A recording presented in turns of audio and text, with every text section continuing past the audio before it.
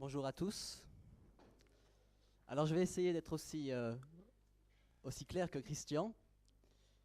C'est difficile en philosophie, mais c'est l'exigence de se faire comprendre. Et si c'est pas compréhensible, c'est que c'est pas de la philosophie adéquate. Donc je voudrais d'abord remercier l'espace éthique azuréen, et plus particulièrement le professeur Grimaud et la psychologue Hélène Brock de m'avoir invité à présenter devant vous une partie de l'objet de mes recherches. Donc je suis doctorant en philosophie à l'université de Nice Sophia Antipolis. Et dans le cadre des études de mon doctorat, j'ai été amené à travailler au sein de plusieurs groupes éthiques, comme à l'Archer, à l'Enval et à Cannes, et plus particulièrement au service du professeur Desnuel. Cette expérience et ces témoignages sont et continuent à être des éléments précieux et nécessaires pour la réflexion philosophique. Et d'ailleurs, le thème par excellence pour lequel le philosophe doit quitter son terrain universitaire, c'est bien celui de la mort dans son rapport avec l'annonce. D'ailleurs, on pourrait se dire que ce concept général de la mort serait une notion qui serait largement étudiée en philosophie. Eh bien, pour ma part, en 5 ans d'études à l'université, jamais nous n'avons abordé directement cette idée toute particulière, jamais. Alors imaginez l'aspect annoncé d'une mort. La tâche est rude. Ce non-dit, au-delà du tabou quotidien dans nos rapports sociaux, est aussi un tabou même dans les lieux où l'on pourrait se dire, voilà, c'est ici qu'on en parle. Eh bien, détrompez-vous. La mort est ou soigneusement évitée, ou alors étudiée par des biais indirects, comme avec le thème du néant. Pourtant, la liste est longue de ces philosophes qui ont écrit sur cette dernière. Faire un exposé de ces différentes interprétations n'est pas utile. Et au contraire, cela pourrait s'avérer négatif au regard des positions parfois opposées qui ne seraient en aucun cas adéquats à la pratique médicale. C'est la raison pour laquelle nous allons privilégier de nous interroger sur la raison de cet inconnu qui est la mort. Inconnu qui se veut d'autant plus indicible, inexprimable dans le discours médical, puisqu'elle quitte ces terrains de prédilection comme le sont la religion ou la philosophie. Quels sont les mots que peut utiliser le médecin pour s'exprimer sur la mort? Quel est son registre? Et surtout, quelle est la légitimité de celui-ci? Dès que la mort quitte le domaine du religieux et du privé, comment peut-elle s'exprimer? Le médecin, d'une certaine façon, c'est ce qui symbolise pour nous le scientifique qui s'introduit dans nos foyers, qui s'introduit dans notre quotidien. Mais il ne peut uniquement expliquer les caractéristiques mesurables, constatables, empiriques de la mort. Mais il a ceci de particulier qu'il est le scientifique qui s'adresse à l'autre dans une relation unique. Cette spécificité l'engage alors dans un discours le menant sur un terrain inconnu. Et celui-ci le pousse dans ses retranchements et dans sa propre perception de la mort. Alors le médecin, en tant que sujet relationnel, est impliqué dans une collaboration à l'intérieur de laquelle il doit faire face à d'autres discours, ou même parfois à leur absence. Ainsi, lorsque la réalité et le thème de la mort se rejoignent, le discours doit se structurer en faveur de cette rencontre éthique. Et je crois que c'est la nécessité éthique qui nous a tous rassemblés aujourd'hui sur ce thème de l'annonce et la mort. Alors comment structurer ce langage lorsque le fond, la matière première du médecin, c'est ce support scientifique? D'ailleurs, que dit d'ailleurs ce support à propos de la mort? On parle de constatation, de non-activité, d'arrêt. La mort n'est pas présente On n'en a que des effets, des lectures, des approximations.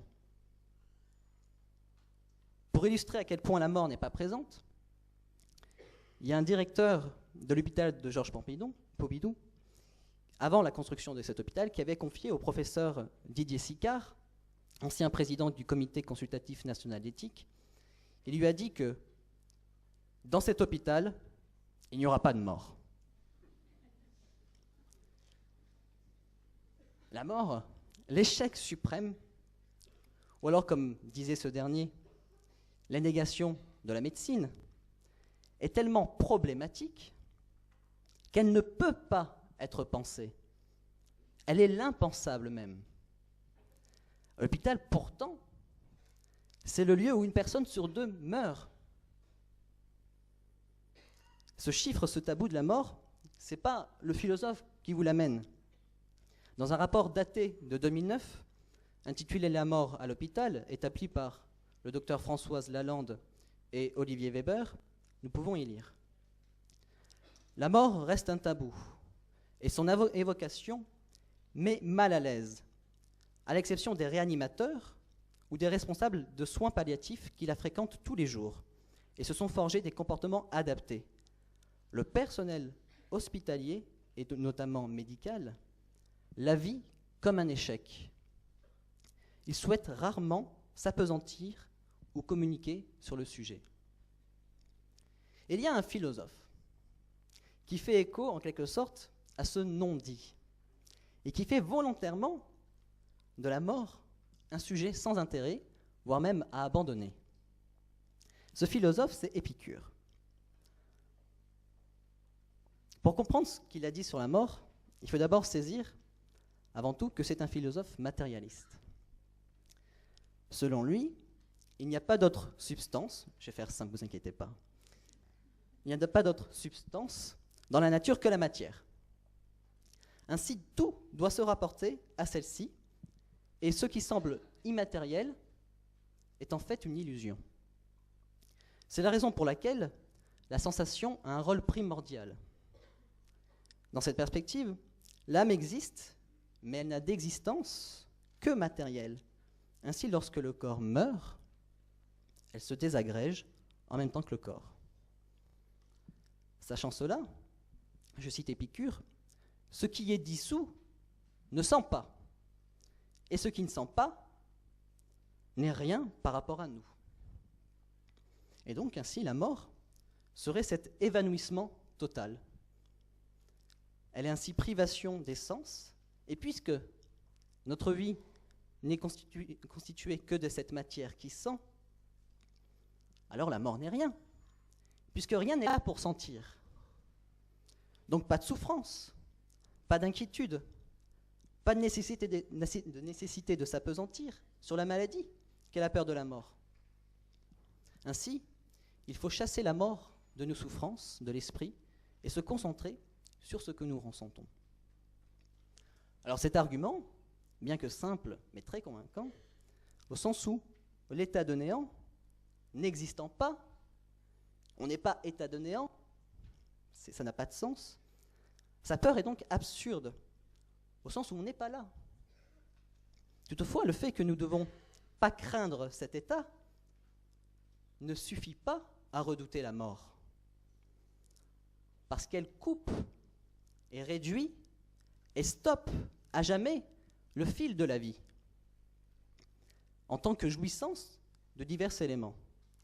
L'impact de la mort donc peut être nuancé quant à son importance post-mortem, parce qu'on n'est plus là. Mais avant la mort, on est là. Et donc il est légitime de penser ce problème de la mort qui vient et qui va poser problème par rapport à ma vie présente. Ainsi, au-delà du traitement de la mort en tant que mort, c'est véritablement sa perspective en tant que fin de vie qui pose véritablement la question de son traitement et de sa place, notamment dans le discours du médecin. Et ce discours, ce dernier ne peut pas y échapper. C'est véritablement sa perspective en tant que médecin, en tant que moyen terme. C'est lui qui fait le pont entre la pathologie, les conséquences de celle-ci, le patient, la famille et l'équipe. Ainsi, il ne peut pas éviter le discours, ou du moins l'annonce. Alors cependant, quels sont les termes qu'il pourrait employer? Le problème sous-jacent à cette question, c'est de savoir d'où peut parler un médecin pour s'exprimer sur cette question. Donc de quelle légitimité tire-t-il la possibilité de se prononcer sur cela? Il est plongé, embarqué dans des situations où l'évocation de la mort est nécessaire, mais en quoi il est qualifié pour en parler? Qui d'ailleurs peut être qualifié pour en parler? Un autre philosophe, dans cette perspective, qui réfléchit à cette légitimité de se prononcer sur ces concepts qui posent ainsi problème, ce philosophe, c'est Ludwig Wittgenstein. Donc déjà arriver à le dire, c'est énorme. Donc le souci avec ces conceptions comme la mort, pour Wittgenstein, la mort, Dieu, l'éthique, ou même encore l'esthétique, c'est que ce sont des éléments qui ont une existence qui est d'une certaine façon à la fois présente dans nos réflexions, on pense tous d'une certaine façon à Dieu, à la mort, mais cela c'est aussi absent au sens où rien en dehors de nous peut fixer une fois pour toutes et pour tout le monde une définition universelle de ça, de ces concepts. Notre langage, pour ce philosophe, c'est l'image du monde. C'est pourquoi nous arrivons bien à décrire ce qu'il appelle des états de choses, des situations. C'est-à-dire, par exemple, il y a un ordinateur sur la table, alors je vais dire, il y a un ordinateur sur la table. Tout simplement, et ce que je dis a une correspondance avec ce qui est. Donc ce qui fait sens, c'est que l'on comprend ce que l'on veut dire par la phrase, c'est-à-dire que l'on puisse retrouver la configuration de la phrase là, que ce soit un fait. Ainsi, la mort, et même son discours, pose un problème, car la mort, d'une certaine façon, en reprenant ce que dit Épicure, n'est pas de ce monde. Cependant, ce que vise Wittgenstein, ce n'est pas que la mort est absente de notre état de vivant, comme disait d'une certaine façon Épicure, c'est que parler de la mort, c'est parler de quelque chose qui est inconnaissable, et donc qui ne peut pas avoir du sens, comme il l'entend. Nous comprenons pourquoi Wittgenstein déclare que les seuls énoncés scientifiques ont du sens. Mais attention, il ne faut pas croire que c'était un ardent défenseur de la science, non. Ce qui l'intéressait, lui, c'était de dissoudre, c'est son terme, dissoudre les problèmes. Ce qui est bien avec les philosophes, c'est que généralement, lorsqu'ils s'aperçoivent que ce qu'ils ont dit n'était pas tout à fait juste, ils évoluent. Et Wittgenstein, peut-être l'un des rares, il y en a plusieurs quand même, qui ont pris un recul et qui petit à petit, il a commencé à intégrer ce discours du non-sens dans une optique plus générale. Il réfléchit surtout, dans la suite de sa carrière en philosophie, on va dire ça comme ça, sur les jeux de langage. Qu'est-ce qu'un jeu de langage? Le sens d'un mot, pour le Wittgenstein que je vous ai parlé, c'était simplement l'image de ce qui est. Mais maintenant, il se dit non. Le sens d'un mot, il va être déterminé par des règles qui gouvernent un système de langage dans lequel il intervient. Nous apprenons la signification des mots en apprenant à les utiliser exactement de la même façon que nous apprenons à jouer aux échecs. Le sens d'un pion ne réside pas dans sa définition, comme il serait une image, non. Mais son sens réside dans son utilisation au sein de la règle du jeu d'échecs. Ainsi, la mort peut avoir du sens, et nous pouvons en parler, parce qu'elle a une cohérence dans tel discours précis. Mais le souci, c'est que ce sens dépend du système du langage où il a lieu. Mettez ce même mot dans un autre discours, il n'aurait plus du tout le même sens. Tout comme mettre, par exemple, un pion d'échec dans un jeu de dames, c'est du grand n'importe quoi. Parce que si on regarde les règles du pion d'échecs, c'est fini, on ne joue plus aux dames. C'est vraiment alors qu'il manquait un pion au jeu de dames, et donc on a éradiqué complètement la règle du pion pour lui substituer celui du pion du jeu de dames. Donc nos jeux de langage sont enchâssés dans ce qu'appelle Wittgenstein nos formes de vie, c'est-à-dire l'ensemble des pratiques d'une communauté. Par exemple, des faits de la vie comme le fait que nous agissons de telle manière, que nous donnons des ordres, décrivons des couleurs de cette façon, que nous nous intéressons aux sentiments de l'autre, tout ça, ce sont des faits de la vie qui forment et qui constituent cette forme de vie de la personne humaine. Et ce que Wittgenstein entend par cette liste, c'est que notre manière d'interagir, notre manière d'être particulier, c'est ce qui élabore notre forme de vie. Ainsi, notre langage repose sur cette forme qui évolue et qui se structure. Elle n'est pas fixe, selon nos activités. Nous pouvons partager un grand nombre d'éléments de cette forme de vie, mais la pratique humaine est différente d'un individu, d'une culture à l'autre. Ainsi, nos formes de vie peuvent diverger sur une grande majorité de points. Mais la question qui nous intéresse, c'est de savoir si cette autonomie du sens peut empêcher la relation entre deux personnes communiquant sur la mort. Et encore plus complexe, dont l'une de ces deux personnes annonce la mort. Pour comprendre cette idée, je vais reprendre les mots de l'ancien chef de service, fondateur d'une équipe mobile de soins palliatifs, qui est Robert Zitoun, qui écrit sur « La mort est-elle annonçable ?» dans le livre « Le cancer, approche psychodynamique chez l'adulte » de Patrick Bensoussan. Donc il dit « Le problème se situe bien dans la limite entre le dit et le non-dit, entre le conscient, le subconscient et l'inconscient, qui, selon Freud, ne peut admettre la mort. L'annonce s'inscrit dans le dire formulé à une conscience, mais elle procède de l'effraction de l'inconscient. Parler selon un système de sens qui n'est pas celui de tous, c'est déjà un problème. Mais en plus, s'immiscer dans ce qui peut être le plus propre, le plus intime, le plus problématique, c'est-à-dire sa propre mort, c'est un autre niveau de complexité. Toutefois, il est pensable et possible, pour Wittgenstein, de faire un lien et de communiquer adéquatement sur un tel sujet pour telle personne.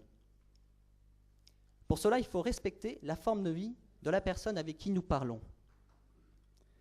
Et par conséquent, il est nécessaire qu'il y ait une certaine convergence et compréhension pour qu'il y ait un fondement commun.